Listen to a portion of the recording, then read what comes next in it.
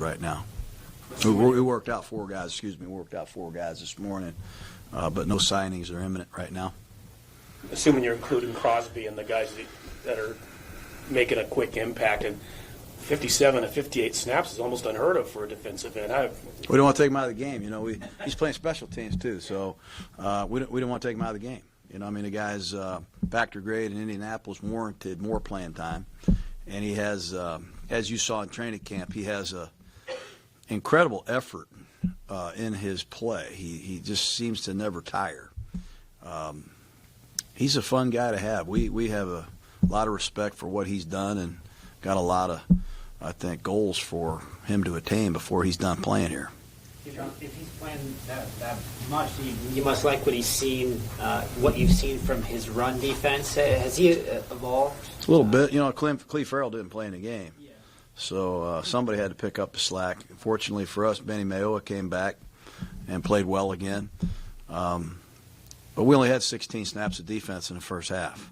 So we felt he had enough in the tank to play 25 or 30 snaps in the second half, and that's what we did. John, when it comes to Darren Waller, how impressive is what he's overcome in his personal journey through recovery and still being able to balance things as a contributor on this team? It's one of the great stories in football, one of the great things I've seen in my career. I'm really proud of him. So thrilled for him getting it together and being a honest, upfront guy and talking about it and giving the other young people the same enthusiasm to beat it. The same confidence that they can beat whatever addiction that you might have. And he's really a rookie playing tight end. He's a wide receiver in college. He sat out of football for a year. He leads the league in receiving right now at that position. And if you watched him block, I don't know if there's a better tight end in football, really. And given a lot of the just kind of everything that's happened since training camp and a lot of the personnel changes and some of the injuries you guys have gone into, how do you just view 3-2 going into the bye? Well, pretty good. We're building our team. That's all I'm gonna say. We're not making any other statements other than that. We like the progress. We like the development of some young guys. I think our veteran leadership has been excellent. Hopefully the Burfict thing gets resolved. Hopefully we get him back. We expect him back. And I can't say enough about the camaraderie that we have on the team and, the guys that have stepped up. It's fun to be around. I don't know if you can comment on it at all, but on the appeal process, do they reach out to you before the appeal? Can you reach out to them in terms of after the initial suspension is made? Can you make a case as an organization for Burfict with the guys that are here at the appeal? Mm-hmm. Yes, we try to do that. Try to make our case, and I respect the league's position. They have a tough job, and at the same time, we have a lot of confidence that they'll do what's right. And we want Burfict back. He's already been punished, and we hope he can return to playing soon. The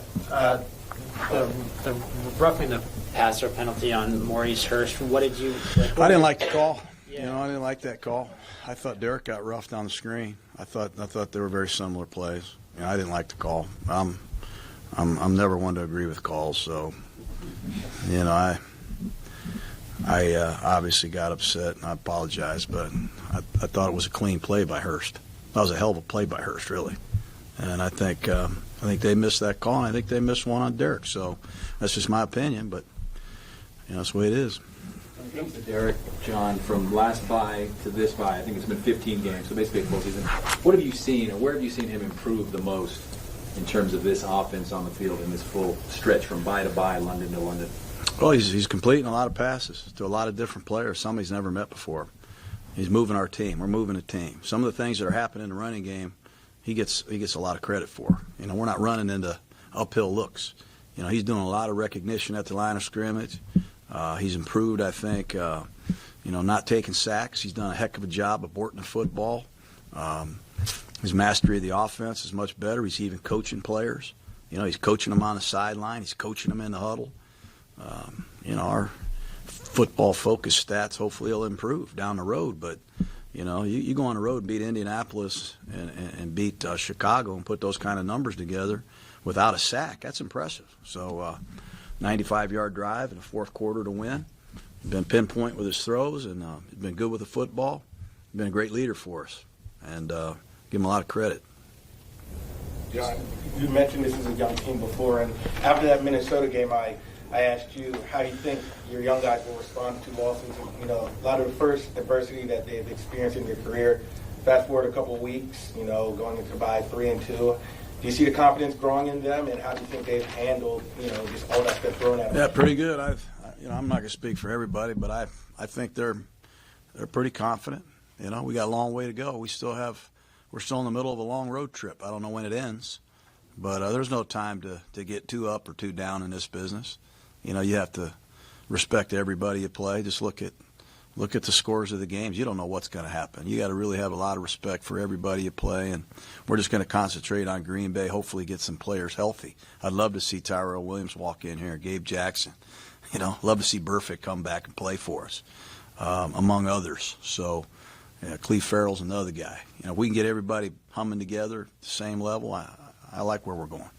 Ingle was thought to be one of the best college fullbacks, but since teams don't draft fullbacks usually, he was available to you. Has he done more than you'd expected? I mean, the last couple of weeks they've picked up some of his blocks that have looked pretty impressive. Pretty good. I mean, if you watch the first touchdown, you know, he's knocking a guy down off his feet. On the goal line play at the end of the game, he leaves his feet, launches, and makes a great play. We've asked him to run the ball in short yardage, 4th and 1 in Indy, 3rd and 1 the other night. He's gotten the first down. He's playing on special teams. I love that guy. You know, I don't want him to hear me say that, but I really deep down like that guy a lot. He's what the position is all about. How do you think that you guys manage without Vontaze, both in terms of the checks and everything that he's involved with, and also with Nick Morrow playing pretty extensively? Had a couple really yeah, you got to give Nick and Whitehead a lot of credit. They played the whole game, every play. They didn't come off the field. They played great. You know, that doesn't underline that we missed Vontaze and, you know, his leadership and his experience, playmaking, all that stuff. But Nick and Whitehead, they didn't come off the field the other night. They played every single play. Morrow had an interception. I think Whitehead did a great job running the show. So those guys deserve credit. You used Nevin Lawson. I guess he practiced with you in London, but you used the exemption to get him kind of back, his feet back under him. Considering you got your corners playing almost every single snap also, can you use Nevin right away, you think? Hope so. Yep, hope so. Hopefully he can do that. And we have a big picture for Worley. We think Worley's going to be a hybrid player for us, a guy that can play at safety, at nickel, at left corner or right. As we go down the stretch here, I think Worley's role is going to expand. And we're hoping to get Isaiah Johnson, our 4th-round pick, back here on the practice field Monday so we can see where he is. We'd like to get him on the grass. He's another big press guy that we like. So we're excited about getting our corners back at full strength, and we'll see how it goes. So ideally you would have both your IR guys that you can use this year, Gabe and Isaiah, back on Monday? Yeah, Gabe's not on IR, though. He's been on the active 53. Nate Peterman and Isaiah are the two guys, so we'll make a determination on them, here in the next couple of days. Is Gabe on track to practice Monday? I don't know. I'm excited about that. I think he is. I think he's got a chance. You know, I've been getting videos from the trainers while I've been in London and Indiana about Gabe's progress, and it's exciting, man. This guy's really worked hard. He looks better, I think, than he's ever looked. He's really gotten himself in great shape. But we'll be smart about it. We hope if it's not this coming game, hopefully it's the next. But he's a valuable member of our team, and certainly will give us a jolt when he comes back. You mentioned you worked out the 4 defensive ends today. How is Quentin Bell doing? Is he in the mix as far as possible promotion, or how's he been coming along so far?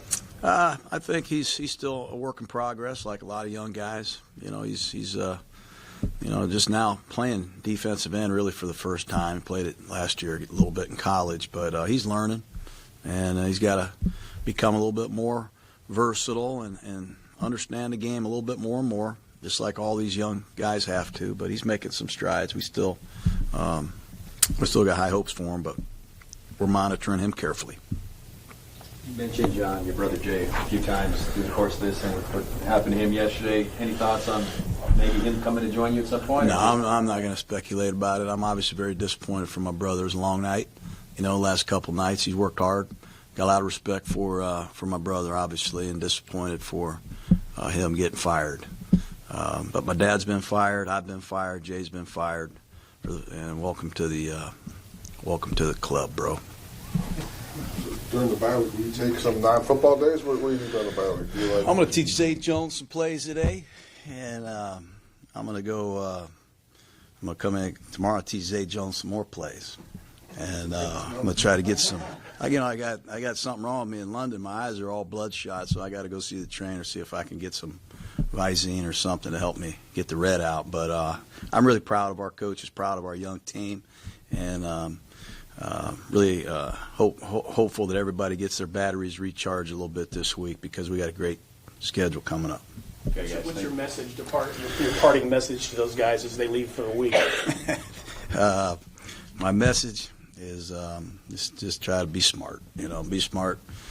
You represent yourself. You represent the Raiders, and you represent me. So be smart. Have some fun, but be smart, and find somebody you love and be with them. Thanks, guys. All right, guys.